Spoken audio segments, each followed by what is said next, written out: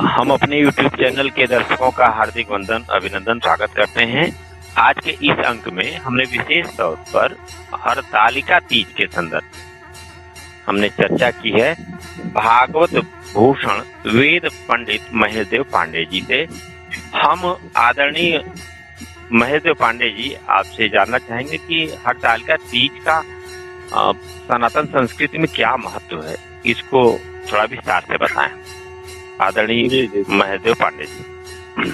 जी, सादर वंदन, सादर नमन सभी भक्त लोगों के लिए हरतालिका तीज व्रत की बहुत बहुत शुभकामना। भगवान से प्रार्थना, जो भी माताएं बहनें इस व्रत को करती हैं उनके लिए जो आपने प्रश्न किया है ये बहुत ही जगत कल्याण के लिए प्रश्न है।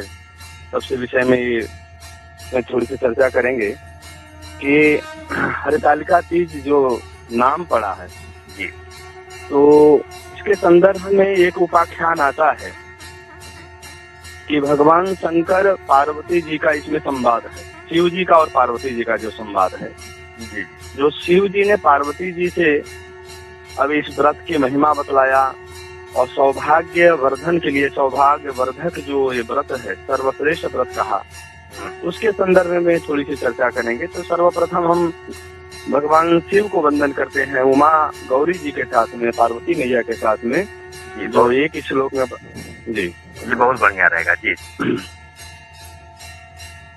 ओम भवानी शंकरो वंदे श्रद्धा विश्वास रूपिणो याभ्याम विना न पश्यन्ते सिद्धा स्वान्तसमीश्वरम् मन्दारमालाङ्कुलितालकायै कपालमालाङ्कितशेखराय दिव्याम्बरायै च दिगम्बराय नमः शिवायै च नमः शिवाय। श्रीमान आदरणीय चौबे जी, आपको भी सतत वंदन करते हुए बहुत मन प्रसन्नचित हुआ कि आपके माध्यम से अनेक भक्त लोग इसका लाभ प्राप्त करते हैं और हमारे सनातन धर्म में हिंदू वर्ग के सभी लोग हैं और इस व्रत को करने वाली माताएं बहनें विशेष करके ध्यान दें। इससे बढ़कर के कोई व्रत महिलाओं के लिए, माताओं के लिए, बहनों के लिए ऐसा व्रत नहीं आया है। सबसे श्रेष्ठ व्रत इसमें कहा गया, जैसे नदियों में श्रेष्ठ नदी गंगा जी को कहा गया है, वृक्षों में पीपल को कहा गया, उसी प्रकार से व्रतों में श्रेष्ठ व्रत हरतालिका तीज व्रत आया है। हाँ, अब इसके संदर्भ में आदरणीय चौबे जी हम थोड़ा सा उपाख्यान जो शिव जी का और पार्वती जी का है उसको हम बतलाते हुए भक्तों को बतलाना चाहेंगे कि सबसे पहले तो जिन माताओं को, जिन बहनों को अपना सुख सौभाग्य, सुख भी चाहिए सौभाग्य भी चाहिए, ऐसी अभिलाषा जिनकी हो, कामनाएं हो, उनको, अथवा ये कहा जाए कि गृहस्थाश्रम में उनका पति पत्नी का आपस में सामंजस्य प्रेम बना रहे, जीवन पर्यंत बना रहे, उनको सबसे पहले जो है आज के दिन में जरूर व्रत रहना चाहिए। जिनके यहाँ व्रत सहता है उनको तो अवश्य रहना चाहिए और विशेष करके भगवान शिव की पूजा करनी चाहिए। वैसे भी कहा गया है कि श्रद्धा विश्वास रूपिणो, भगवान विश्वास के स्वरूप शिव जी को कहा गया और श्रद्धा स्वरूपा भगवती पार्वती जी को कहा गया है। ऐसा संदर्भ आता है कि जब पार्वती जी ने कहा कि हे प्रभु, हे भोले बाबा, हमने ऐसा कौन सा पुण्य किया था जिसके प्रभाव से आप हमें पति रूप में, आप जैसा देवाधिदेव महादेव हमें पति रूप में प्राप्त हुआ, तो हमने ऐसा कौन सा पुण्य किया था, हमें तो ज्ञात नहीं है, कृपा करके आप बतावें। तब भोले बाबा उनको एक उपाख्यान बतलाते हैं कि देवी, आपने श्री राधे जी जी जी जी आगे बताएं जी। भगवान जी, हाँ बोलें, बताइए आगे जी। पार्वती मैया के ऐसे पूछने पर भगवान शिव कहते हैं कि हे देवी, आपने ऐसा एक उत्तम व्रत किया था, उसके कारण से मैं आपके सामने जो है प्रकट हुआ था, व्रत के प्रभाव से आपके सामने प्रकट हुआ और आपकी अभिलाषा पूर्ण करने के लिए हमने वरदान दिया था। वह व्रत था हरितालिका तीज। तब उन्होंने कहा कि हरितालिका तीज कैसे किया जाता है, क्या इसकी विधि है, कैसे करना चाहिए, किन लोगों को रहना चाहिए।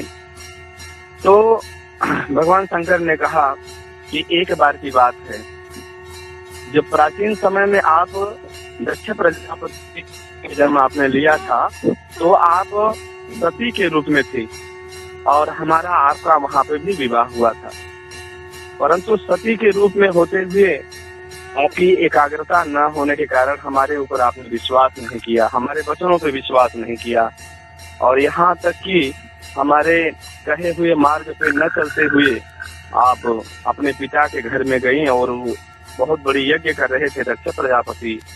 जहाँ वहाँ आपने देखा कि हमारा अपमान था, उस यज्ञ में आपसे सहा नहीं गया और आपने अपने शरीर को ही उस यज्ञ में छोड़ दिया, शरीर को ही भस्म कर दिया। लेकिन शरीर छोड़ते समय आपने अपने इष्ट से वरदान मांगा था कि यदि हमारा अगला जन्म हो तो हमें शिव ही पति रूप में प्राप्त हो। ऐसी उपाख्यान भागवत में भी आया है, शिव महापुराण में भी आया है। फिर भोले बाबा कहते हैं कि देवी, तब आपका जन्म हिमालय के घर में, हिमालय राज पर्वत राज जो श्रेष्ठ हैं उनके यहाँ पे आपने पार्वती के रूप में जन्म लिया। बाल्यकाल से ही आपकी मेरे में बहुत श्रद्धा थी। भोले बाबा कह रहे हैं श्री चौबे जी, हाँ जी जी, राधे राधे राधे। सभी भक्तों के लिए बहुत अच्छा उपाख्यान है। पार्वती जी को बतलाते हुए शिव जी ने कहा कि देवी, आप बाल्यावस्था से ही आप पूजन आदि करती थी और हमारे लिए आप निरंतर ध्यान किया करती थी। बहुत कठिन परिश्रम करके, कठिन व्रत करके ऐसा एक समय आया कि हजारों वर्ष तक आपने तपस्या किया था बिना कुछ खाए, पत्ते खा करके, इसलिए एक आपका नाम अपर्णा भी पड़ा था। आपकी इस कठिनता को देख करके, इस तपस्या को देख करके, इस जटिलता को देख करके आपके पिता हिमवान बड़े चिंतित हुए कि हम अपनी कन्या किसको ब्याहें, किसके साथ में विवाह करें कन्या का। दैव संजोगवश नारद जी का आगमन होता है और नारद जी भगवत इच्छा से उन्होंने कहा कि इस समय पे तीनों लोक में विष्णु के समान कोई वर नहीं है, अतः आप अपनी पुत्री का विवाह विष्णु के साथ में कर दें। तब तो हिमवान हिमालय जी बड़े प्रसन्न हुए कि हमारी कन्या का विवाह यदि विष्णु के साथ हो जाएगा तो इससे बड़ी बात क्या होगी। उन्होंने नारद जी को वचन दे दिया।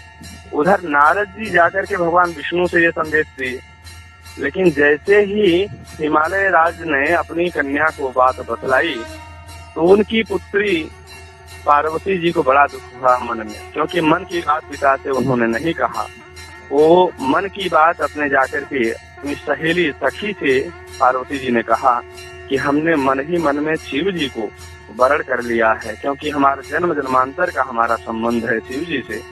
शिव जी के सिवा मैं दूसरे के साथ में नहीं रह सकती। तब उनकी सहेली ने, पार्वती जी की सहेली ने गौरी जी का हरण कर लिया है। इस कारण से इस व्रत का नाम हुआ हरितालिका। और दोनों लोग यानी उमा गौरी जी, पार्वती जी और उनकी सहेली घनघोर जंगल में चली जाती हैं। और ऐसा समय आया कि जंगल में ही उन्होंने एक गुफा में अपना आश्रम बनाया और संयोग बस हरितालिका का समय आ गया, तीज का समय आ, भादों का महीना, शुक्ल पक्ष, हस्तयुक्त तिथि आ गई। उस दिन उन्होंने कुछ बिना खाए, बिना कुछ पान किए, कुछ पिए बिना और बिना कुछ भोजन किए उन्होंने व्रत रखा और जो है अखंड व्रत किया। भगवान की मूर्ति बनाई और मूर्ति का उन्होंने विधिवत पूजन किया। इतना उनका यह तपस्या देख करके मैं उनके सामने प्रकट हो गया। भोले बाबा कह रहे हैं कि हम जब प्रकट हुए, हमने कहा देवी आप वरदान मांगो। तब पार्वती जी ने हमको ही वरदान के रूप में मांगा कि हमें आप पति रूप में प्राप्त हो। हमने उन्हें तथास्तु कह दिया। इधर हिमालय जी बड़े परेशान थे, उनकी पुत्री गायब हो गई थी, कन्या गायब हो गई थी। जंगलों में घूमते घूमते खोजते हुए उस स्थान पर पहुंचे जहाँ पे पार्वती जी थी। पार्वती जी को जब उन्होंने देखा तो बड़ा प्रेम आया और प्रेम से उन्होंने अपने हृदय से लगाया और पुत्री के मन की बात जानी।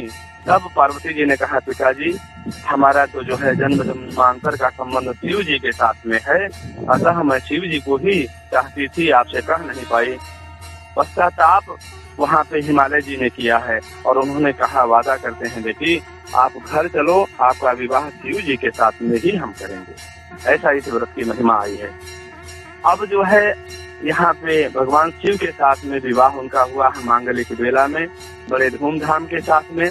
तब वही संवाद बतला रहे हैं शंकर भगवान कि हे देवी, स्त्री जात की भलाई के लिए यह व्रत बतलाया हूँ। जो स्त्री सौभाग्य की रक्षा करना चाहती है अथवा सुख चाहती है, यत्न पूर्वक इस व्रत को करना चाहिए। अब व्रत की विधियां बतला रहे हैं कि कैसे करना चाहिए। व्रत की तमाम विधियां हैं ऑलरेडी। जी राधे राधे, बताएं। जी, व्रत की तो अनेक विधियां हैं और ये कोई जरूरी नहीं है कि बहुत कोई विद्वान व्यक्ति पूजन करेगा तभी भगवान प्रसन्न होंगे। माताओं को जो भी मिल सके, भोले बाबा तो इतने भोले हैं, इतने सरल हैं कि उनको पत्र बेलपत्र ही चढ़ा दिया जाए, एक लोटा जल ही चढ़ा दिया जाए तो प्रसन्नता हो जाती है। ऐसे शिव जी के लिए व्रत आज करना चाहिए। और व्रत की तमाम विधियां हैं, कोई पंचोपचार करता है, कोई यथोपचार, कोई राजसोपचार, कोई घोषोपचार से करता है। जैसे भी बन सके अंत में भगवान का आरती करना चाहिए और व्रत को अवश्य करना चाहिए। जो अन्न का आहार करते हैं, जो माताएं बहनें अन्न का आज के दिन आहार करते हैं, उनको जो है दोष लगता है। जल पीने से भी उनको जो है अगली जो योनि प्राप्त होती है वो जोग की होती है। यदि दूध फलहार करती हैं तो उनको बिलार का जन्म लेना पड़ता है। आदि आदि करके मानव के संकेत किया गया है कि कुल मिलाकर के आज के दिन में यदि कोई प्रकार की बाधा न हो तो महिलाओं को व्रत रखना ही श्रेष्ठ है। और ब्रह्म मुहूर्त में फिर पूजन करके पारण करना चाहिए उनको। ब्रह्म मुहूर्त के मतलब 4 बजे के बाद भोर से व्रत तो पारण करने का समय प्रारंभ हो जाता है। इसी संदर्भ में एक दो कड़ी और थोड़ी सी चर्चा हम करना चाहते हैं। जैसा कि अभी कुछ प्रश्न कुछ लोगों का आया था कि किनको व्रत इस साल अधिक मास लग रहा है तो व्रत नया व्रत उठाना चाहिए या नहीं उठाना चाहिए, अथवा कुछ जो है कन्याएं भी व्रत करना चाहती थी शादी से पूर्व। तो उस संदर्भ में भी हम यही कहना चाहेंगे कि भगवान के व्रत के लिए, भगवान के पूजन के लिए बहुत ज्यादा विचार करने की जरूरत नहीं पड़ती है। जब भी हम भगवान का पूजन करेंगे हमारा मंगल ही होगा। और सौभाग्य वर्धन, ये सौभाग्य वर्धक के व्रत है तो इसको तो अवश्य ही करना चाहिए। और चूंकि अधिक महीना कुवार के महीने में आ रहा है, अगले महीने में अधिक मास लगेगा, 1 महीने बाद अधिक मास, तो अधिक मास से पूर्व ये व्रत है तो व्रत को तो अवश्य उठाना चाहिए। कुछ लोग संशय में हैं, इस वजह से व्रत नहीं अब की बार उठा रहे हैं। उन सभी भक्तों के लिए, उन सभी माताओं के लिए, उन सभी बहनों के लिए मेरा यही संदेश है कि व्रत तो अवश्य उठाना चाहिए। क्योंकि एक संवत, अगले संवत में एक अधिक मास होने की वजह से उनको अगला व्रत नहीं उठाना उचित नहीं होगा। अभी अधिक मास प्रारंभ नहीं हुआ है, इसलिए व्रत को करना चाहिए। तो जी, कुछ लोग भ्रमात्मक स्थिति में हो जाते हैं, लेकिन सबको एक ही संदेश है कि हम जब भी भगवान का पूजन करेंगे तो मंगल ही होगा, कल्याण ही होगा। कल्याणकारी भगवान शिव को कहा गया है, तम कल्याणम करोति इति शंकर, जो बराबर कल्याण की भावना रखते हैं। इसका शाब्दिक अर्थ ही होता है कल्याण, शिव माने कल्याण। तो ऐसे कल्याणकारी देवता का हम यदि पूजन करेंगे तो हमारा अमंगल कैसे होगा। मंगल भवन मंगल हरि ब्रह्म सुत सुरसु अजर बिहारी। ऐसे भगवान शिव जो है सभी का मंगल करें, सभी माताओं का कल्याण करें, सभी बहनों का कल्याण करें। जय श्री राधे। एक महाराज जी, अंत में हम चाहेंगे कि यह जब पूर्णता को प्राप्त कर रही कथा तो एक मंगल, सस्वर मंगल कामना से इसको पूर्ण करने की हम आपसे अपेक्षा करते हैं। जी वंदे देव उमापतिं सुरगुरुं वन्दे जगत्कारणम् वन्दे पन्नगभूषणं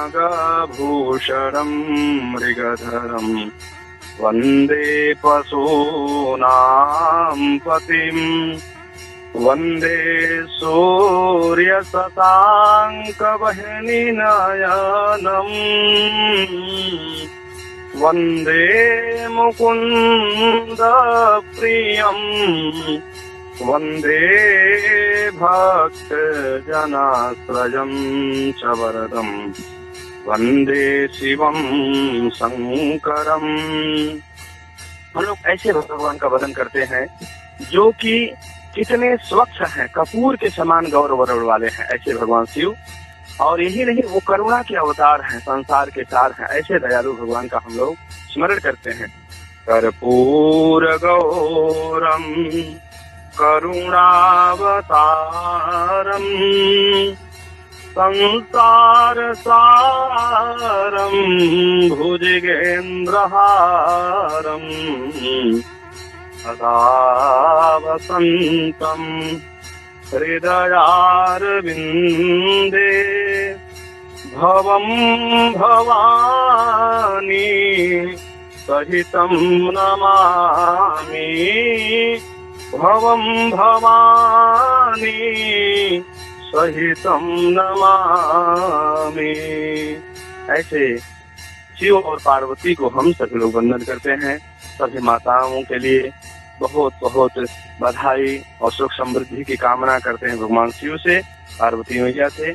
और यही व्रत नहीं, जब भी जीवन में कठिनाई आवे तो शिव पार्वती का जरूर व्रत करें, अवश्य मंगल होगा। जय श्री राधे, जय श्री कृष्ण। जय श्री राधे, जय श्री कृष्ण। अभी हमारे यूट्यूब के दर्शक भागवत भूषण वेद पंडित महेश देव पांडे जी से हरतालिका तीज की कथा और उसके महत्व पर विस्तार से उन्होंने सुना। हमें उम्मीद है कि इससे जन कल्याण होगा। राधे राधे। राधे।